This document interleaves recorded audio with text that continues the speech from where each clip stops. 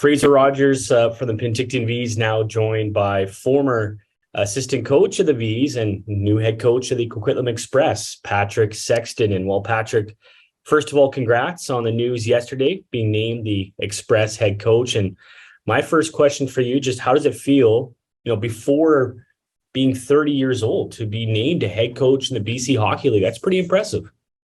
Yeah, it's it's exciting. I've been wanted to be a coach for a long time, and I'm very grateful to Fred, Graham, and the whole V's organization for giving me the opportunity to to come back and be an assistant coach. And I learned a lot in the 3 years I was there. Obviously, everybody went through a real tough couple of years there, but to be able to now at this point spend my last year in Penticton as an assistant coach, going out on top of the championship is something that was pretty special. And now to hopefully plan on bringing that championship kind of experience and that run with me to Coquitlam, where hopefully we can do the same thing.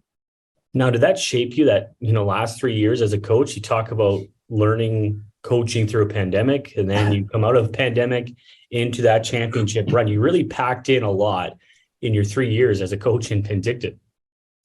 Yeah, my first year, I think I learned probably the most, just because it was an adjustment from when, as you're a player, you can be involved and you're watching the game. As a coach, you have to start thinking a couple moves ahead at all times. So there was definitely a learning curve there, but like I said, I've worked with phenomenal people in Penticton, and I learned a lot from all of them in some way, shape, or form. And then obviously we had the COVID year where we then we really learned a lot more on the teaching side of things. And our guys deserve a lot of credit for how they handled themselves during that year. And I think the biggest thing for me, at least, this year was the 2 years previous of, those 19 and 20-year-olds that didn't get to have a real playoff run. That was something that we really wanted to drill home of, we're back to playing, real, meaningful games. You're not just playing for yourself, you're playing for the city, the community, and you're playing for all your past teammates and members of the program that didn't get this chance. So we need to make the most of it. And, our guys deserve a lot of credit for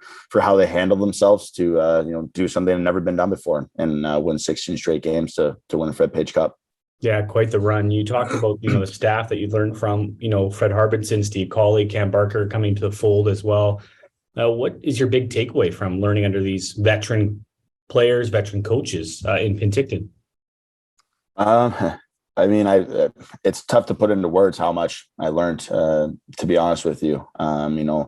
Whether it's from, just the professionalism that Penticton operates on, making sure that everything's done the right way, making sure that everything's done to in the best interest of the players, making sure they're prepared, detailed.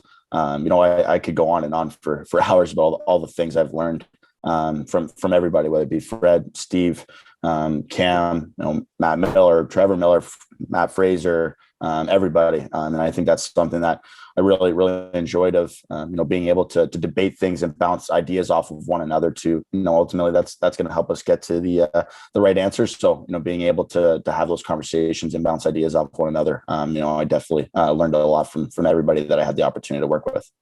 As it was touched on yesterday, a unique scenario for you in Penticton as a player and a coach, winning a BC Hockey League championship, but not many guys can actually stake that claim.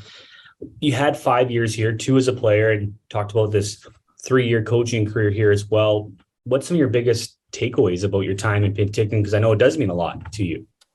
Yeah, Penticton will always hold a special place in my heart. I've spent 5 of the last 9 years of my life in Penticton. Of my last 2 years as a player, and then I went to college for 4 years, and I came back and spent another 3 years as a coach. So they'll always hold a special place in my heart. Like I said in my statement yesterday, some of my proudest and favorite hockey memories were while I was a member of the V's. I think my favorite year of hockey ever was my 20-year-old year with you, where obviously we had some special players, and they're guys that I still talk to often to this day. That's how close we were, and it was pretty unique, like you said, to win a Fred Page Cup. As both a player and a coach, but to do it against the same team in the finals, to win it on the same ice sheet was something that just pretty unique, and I'm very grateful for. I'll have those memories forever. I know I'll appreciate them, and they were both pretty unbelievable rides in their own way. But all in all, I can't say enough good things about my time in Penticton. Patrick, is there one like particular memory, maybe not even on the ice, that stands out in your time, maybe as a player or coach? I know your face is plastered on the IGA grocery store every time I walk in there by my house, that epic Game 7 goal against Vernon in 2015. Is there a moment for you that you always look back on as like one of the best moments as a Penticton beat? I mean, obviously that goal was pretty awesome. Last real goal I ever scored as a player. So no, it's not one I'll ever forget.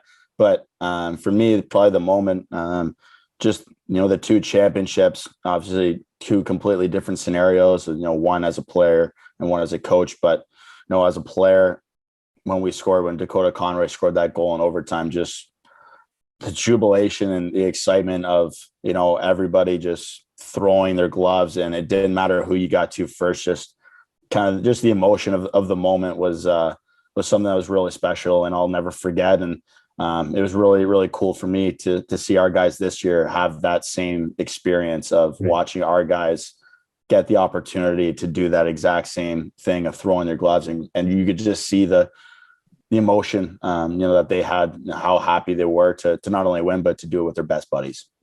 Yeah. You're certainly going out on a high with that run and that championship this spring.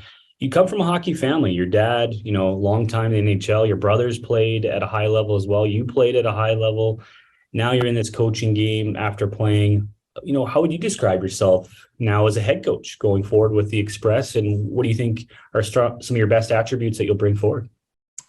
I think one of my kind of best strengths and would be my relatability. Like you said, I'm 28 years old. I'm not that far removed from playing. Where ultimately, hopefully, all of our players have aspirations to get to the Division I level. So I think that allows me to connect with players on a different level. Obviously, it'll be different now as a head coach versus being an assistant coach, but that's something I'm looking forward to. I'll definitely have my non-negotiables when it comes to work ethic and compete and everything like that. And there'll be times where I'm sure I'll push guys, but at the end of the day, the best part about this game is the world's a small place, and the hockey world's even smaller. And at the end of the day, it's all about the kids, making sure that they enjoy their time. I know how much I love my junior career. I hope it's all about making sure that they enjoy that. We push them to become better players, better people, so that ultimately, whether they have a great long career in the game or not, they've grown as a person, and that's the part I'm looking forward to the most. Looking at my schedule here on the wall, how excited are you for February 10th when the Express face off against the Vs here at the SOEC? It'll be exciting. Obviously a lot of time in between now and then.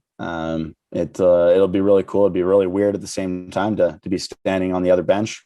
Doing it for camp is one thing, but to do it for a BCHL game would be another. And that would be a pretty cool moment for me. Obviously, with so many Penticton having so many returning players, there'll be so many guys that I coached with, coached for 1 or 2 years. So it'll be weird to see them and see Fred, Steve, Cam on the other side of the bench. But I'm looking forward to it. Like I said, there's a lot of time in between now and then. It's one I definitely want to win.